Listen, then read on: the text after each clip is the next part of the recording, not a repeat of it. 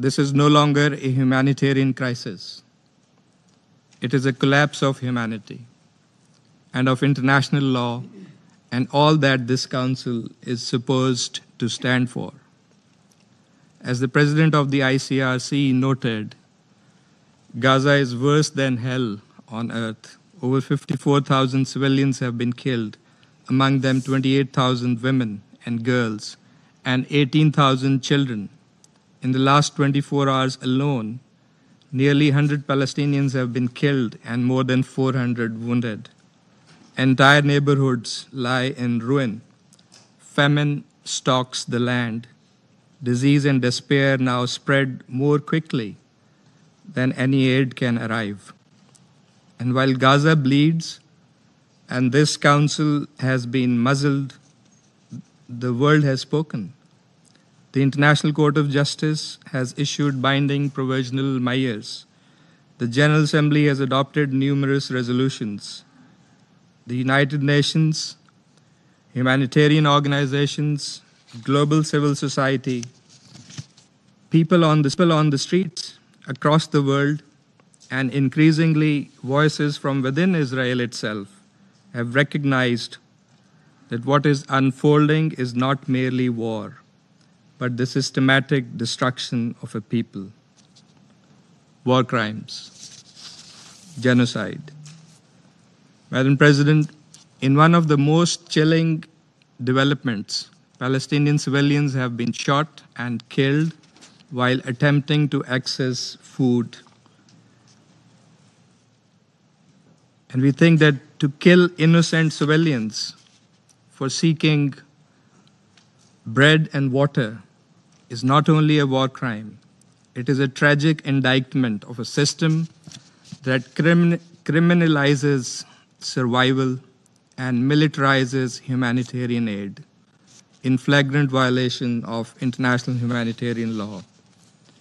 Aid dropped from the sky or delivered under armed escort is not a solution. It is a spectacle. And to defend these arrangements is not pragmatism. It is a moral failure. It is totally unacceptable. The draft resolution before us today was objective, balanced, principled, and rooted firmly in the UN Charter and the most basic tenets of humanitarian law. It asks for no more than what any human being deserves: food for starving children, medicine for the wounded, shelter for the displaced, the right to life. An end to killing, therefore. And it also asks for the release of the hostages. And it is also supporting the efforts that are underway to bring about a ceasefire. That even such modest, urgent demands could not pass underscores the depth of this Council's dysfunction. Let us be clear. This failure will not go down in records as a mere procedural footnote.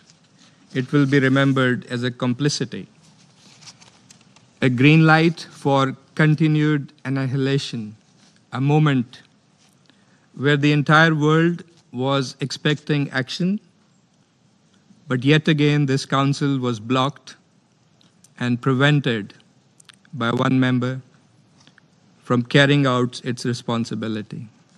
Pakistan reaffirms its unwavering support for the Palestinian people in their just struggle for dignity, justice, and self-determination.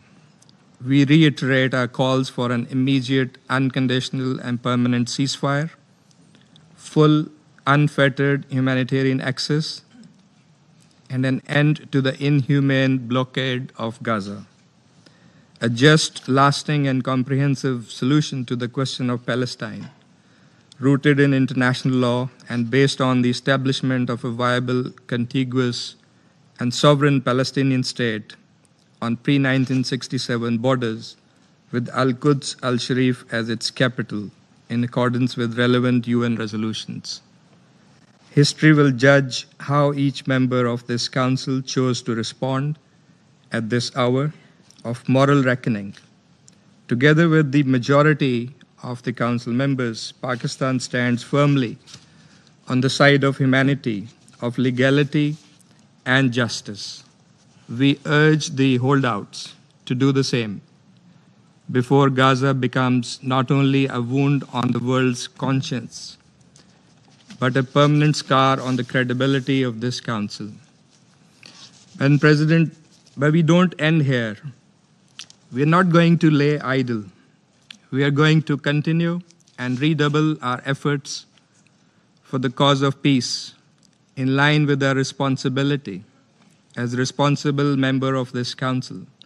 We will continue to call for accountability and an end to impunity that Israel, the occupying power, continues to enjoy.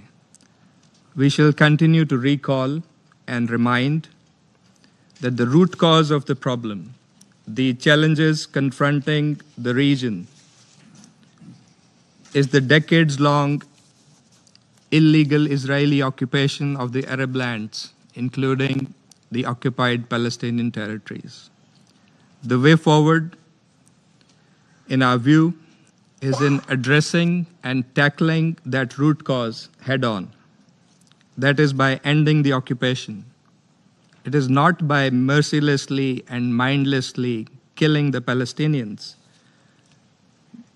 who are the oppressed people in this case, or by making them starve, or by trying to evict them from their lands, or by suppressing their voice, or by denying them their legitimate and internationally recognized right to self-determination.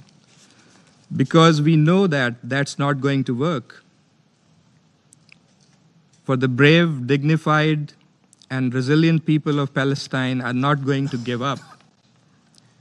They're not going to give up their right, and they're not alone. The entire international community is on their side. That support is going to be evident later this month at the General Assembly, not this Council, but at the General Assembly, where the international conference, the high-level conference on Palestine and the two-state solution is going to be held. And we are certain that it will be a resounding call for the Palestinian rights and irreversible path to two-state solution and Palestinian statehood and full membership of the United Nations. We shall revert to the Council as and when required, as has been said by the distinguished representative of Algeria, and we expect that the Council will shoulder its responsibility towards Palestine and in the interest of maintaining peace and security in the Middle East. I thank you. I thank the representative of Pakistan for his statement, and I now give the floor to the representative of Somalia. Thank you, Madam President. New York में सलामती council के मंदूब आसिम इफ्तिखार जो कि news conference कर रहे थे और उनकी जानिब से करारदाद सलामती काउंसिल के मुस्तकिल अरकान ने पेश करती है। तो इस सलामती काउंसिल में गज़ा से मुतालिक जंगबंदी की करारदाद इससे पहले मुस्तरद हुई और करारदाद सलामती काउंसिल के 10 मुस्तकिल अरकान ने पेश की थी।